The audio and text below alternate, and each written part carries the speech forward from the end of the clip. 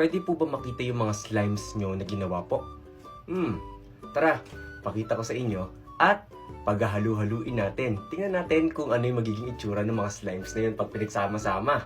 Tara, game! Ito yung toothpaste slime na ginawa ko kanina. Ito yung una nating slime na ihahalo. Yan, dito ka muna. At ito naman yung glow in the dark na slime. Medyo naging parang chewing gum na yung texture niya, pero maganda pa din. At stretchable. Ano kaya magiging texture na magiging slime na gagawin natin pag pinaghalo-halo natin sila? Ito naman yung may foam beads na slime. Tingnan nyo, maganda pa rin yung texture niya. At napaka-stretchable pa din. Oh, di ba?